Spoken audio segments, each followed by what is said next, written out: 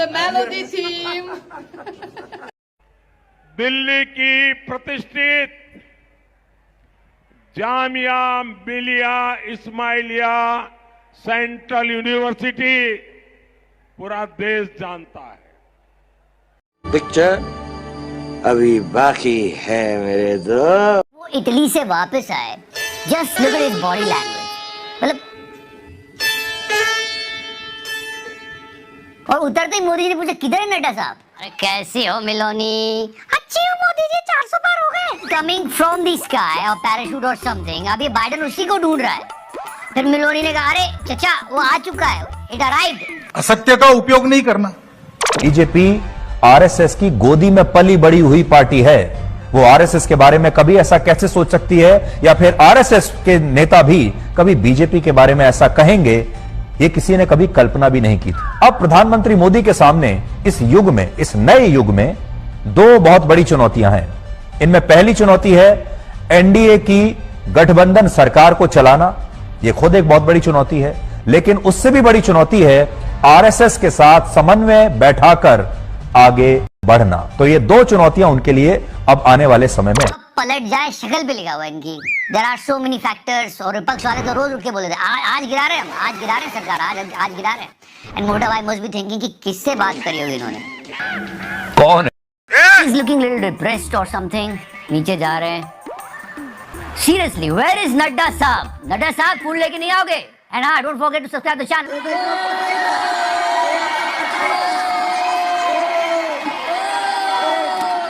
वो कह रहे हैं कि हमारे पास मोदी है, आपके पास क्या है?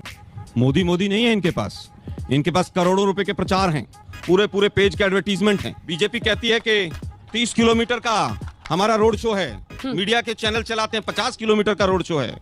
सही पकड़े हैं। तमाम अखबार और मीडिया चैनल वही चला रहे हैं जो जानकारी रोड की मिली है। आपकी शिकायत तो खत्म ही नहीं होती। जरा एक बार सवाल का जवाब दीजिए ना कि आपके पास कौन है वो विश्वसनीय नेतृत्व जिसको लेकर आप बात करेंगे? काहे गुस्सा होते रहते हैं सर मीडिया पर सुबह से शाम तक?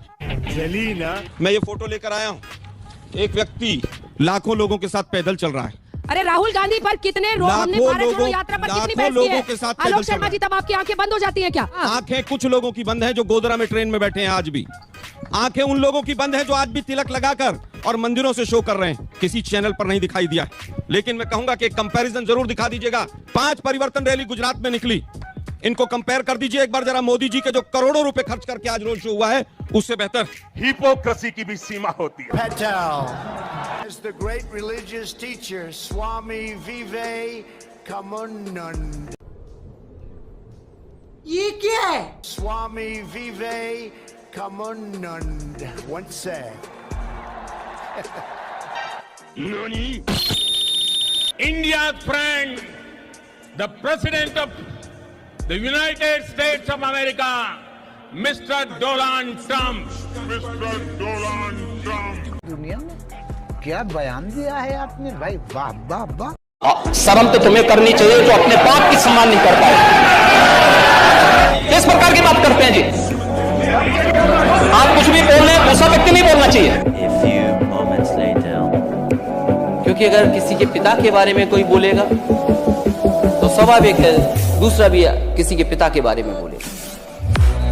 अगर आप परंपराओं पे चलना चाहते हैं तो ये परंपरा आपको छोड़नी होगी,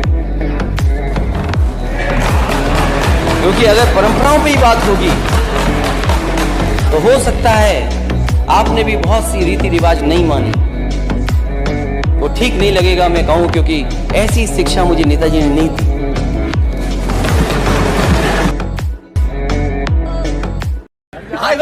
आलोक शर्मा जी, अब अपनी बात पूरी कीजिए आप 2-3 लाइन में। लेकिन सवाल है कि आज जो उन्होंने आरोप लगाए हैं राहुल गांधी ने जो आरोप लगाए हैं उसके आधार पर वो प्रश्न खड़ा कर रहे हैं, और उन्होंने लाइन बाय लाइन समझाया कि किस आधार पर ये बातें कही गई थी। आइए देखते हैं, मजा आएगा। राहुल गांधी जी ने एक एक चीज को पूरे सिस्टमैटिक क्रोनोलॉजी में समझाया है कि 13 मई को क्या स्टेटमेंट आया, 19 मई को क्या आया, 28 मई को क्या आया। अब उन्होंने कहा गौरव जी ने कि वो सवाल पूछा गया था। अरे भाई, सवाल पूछने वाले तो अडानी के चैनल के दलाल थे। मैं मेरे पंटर स्टूडियो में रहते हैं, दिन रात काम करे जमकर, बीट पे है फ्लैम बॉय, खड़े नहीं रहने का। याद कीजिए, ये आदमी जब इसके नतीजे गलत साबित हो गए थे तो इंडिया टुडे में किस तरह से रो रहा था। किस तरह से रो रहा था दोस्तों?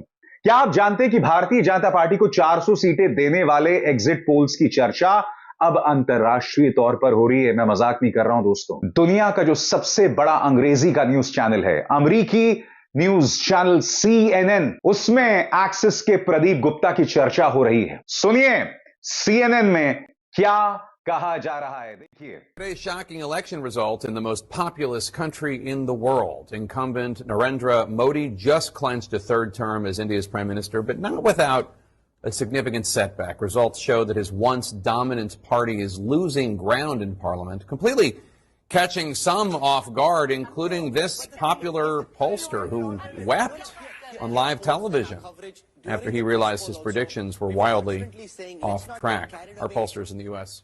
तो मुसलमान के लिए क्या क्या नहीं किए? दिल्ली में जाकर देखिए तो एक यूनिवर्सिटी बना दिए, मुसलमान बच्चे वहां पढ़ के आईएएस ऑफिसर बन रहे हैं। कौन यूनिवर्सिटी? अरे ये थी जामिया बिलिया इस्माइलिया। क्या क्या क्या बोले? फिर से बोले एक बार, क्या बोले? हाँ? क्या बोले फिर से? कौन सी यूनिवर्सिटी? जामिया बिलिया ना? हाँ, जामिया मिलिया इस्माइलिया सिलिया।